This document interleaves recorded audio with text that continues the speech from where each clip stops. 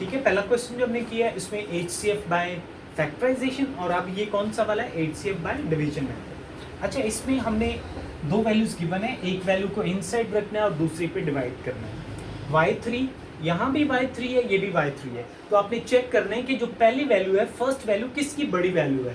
तो ये भी y3, ये भी y3 है, कॉमा के बाद दूसरी वैल्यू शुरू हो गई है ना, तो ये भी y3, ये भी y3, तो हम किसी को भी इनसाइड रख सकते हैं। किसको इनसाइड रखें, ये वाली वैल्यू को इनसाइड रखेंगे, y3 plus 3y² minus 8y minus का 24, और इसको हम डिवाइड कर रहे हैं, किसके ऊपर डिवाइड कर रहे हैं, ये जो ऊपर वाली वैल्यू है। कौन सी वैल्यू हमारे पास है जिस पे डिवाइड करना है, y3 प्लस 3y² माइनस का 3y एंड प्लस का 9, इसके साथ हम डिवाइड कर रहे हैं। ठीक है, अब y3 को किसके साथ मल्टीप्लाई करें तो y3 ही वापस आएगा, यहाँ -9 है, ओके, माइनस का 9। सो y3 को किससे मल्टीप्लाई करेंगे, y3 को 1 से, y3 को जब हम 1 से मल्टीप्लाई करेंगे तो ये y3 आ जाएगा।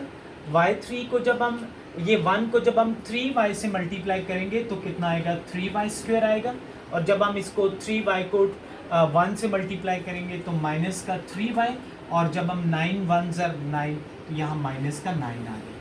अब साइन सारे के सारे चेंज हो जाएंगे, ये भी माइनस, ये प्लस और ये प्लस हो जाएगा। जब आप इसको सॉल्व करते हैं तो इसके, क्योंकि सब्ट्रैक्शन हो रही होती है, सब्ट्रैक्ट कर रहे होते हैं, तो इसलिए साइन चेंज होते हैं, ये कैंसिल हो जाएगा।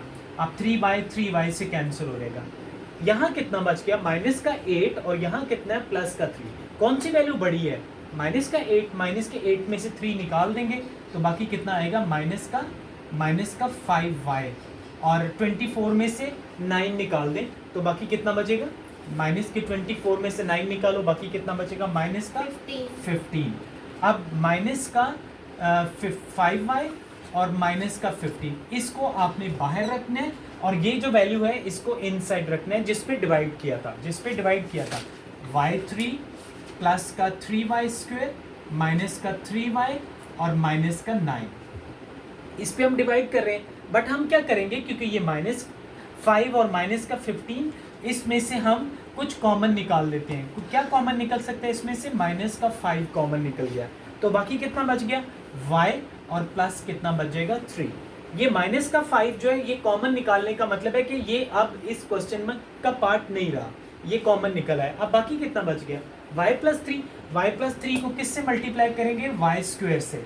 y² को y के साथ मल्टीप्लाई किया तो कितना हो गया, y3, y2 को 3 से मल्टीप्लाई किया तो कितना हो गया, 3y²। साइन दोनों के चेंज हो गए, ये भी कैंसिल हो गया और ये भी कैंसिल हो गया, कितना बच गया ऊपर से, 3y माइनस का 9।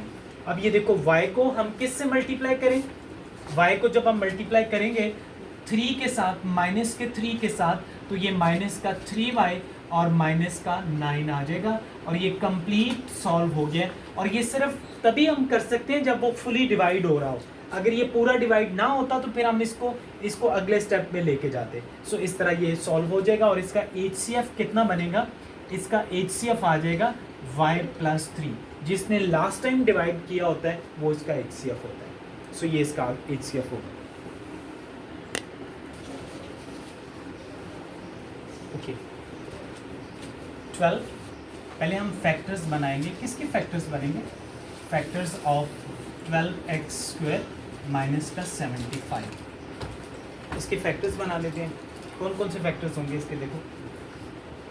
हाँ जी बेटा, क्या कॉमन निकल सकता है दोनों में से कुछ, क्या चीज़ कॉमन है, 3 कॉमन आ जाएगा, 3 कॉमन आएगा, तो यहाँ कितना आएगा, 3 4s और 3 25s, 3 4s 12, 3 25s 75, 3। अब बेटा इसको स्क्वायर का फार्मूला, 2x का स्क्वायर माइनस 5 का स्क्वायर आ गया। नाउ 3, इसको एक दफ़ा माइनस में लिखेंगे और एक दफ़ा प्लस में लिखेंगे, ये हमारे पास पहला आंसर आ गया, इसका फर्स्ट आंसर। सेकेंड वैल्यू के फैक्टर्स बनाते हैं। किसके फैक्टर्स बनेंगे, फैक्टर्स ऑफ किसके, 6x² माइनस 13x माइनस का 5। अच्छा, फैक्टर्स कैसे बनेंगे, ये क्योंकि मिड टर्म ब्रेक करेंगे इसके फार्मूले के थ्रू, जैसे मैंने बताया हुआ है। 6 को पहले 5 से मल्टीप्लाई करो, कितना होता है, 6 5 30। अब 10 3 कितना होता है, 30। तो इसका मतलब है कि 10 3 ज़ा 30, 15 2 ज़ा 30। देखो कौन से फैक्टर्स होंगे, 6x स्क्वायर माइनस का 15x प्लस का 2x। 15 में से 2 निकालोगे बाकी कितना बचेगा 13। अब माइनस का 5 इसमें से और इसमें से कॉमन ले लो, कितना कॉमन आ गया दोनों में, इन दोनों में क्या चीज़ कॉमन है 3x, तो बाकी कितना बचेगा 2x माइनस 5 और यहाँ 1 कॉमन आ जाएगा 2x minus 5। So again 2x minus 5 और यहाँ आ जाएगा 3x प्लस 1।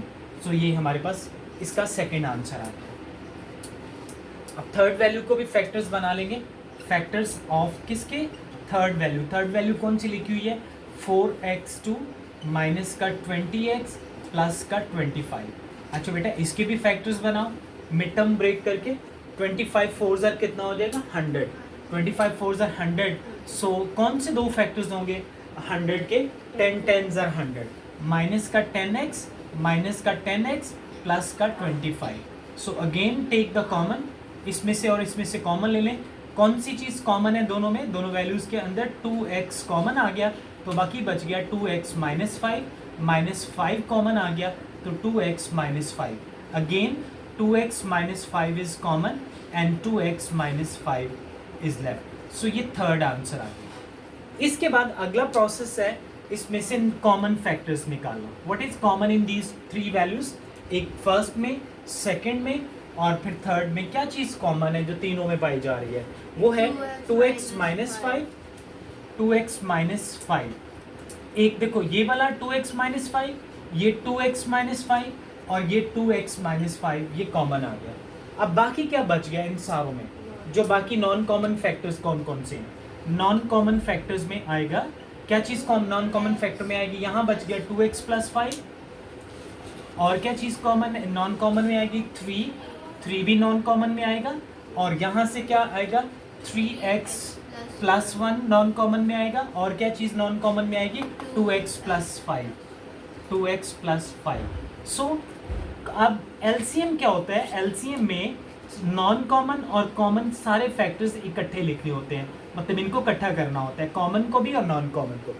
तो पहले हम किसको लिखेंगे 2x माइनस 5 को, पहले हम 3 को लिखते हैं 3, फिर लिखा जाएगा 2x माइनस 5, फिर लिखा जाएगा 2x प्लस 5 और फिर लिखा जाएगा 3x प्लस 1 और फिर उसके बाद लास्ट में लास्ट वैल्यू जो हमारे पास लिखी हुई है 2x प्लस 5।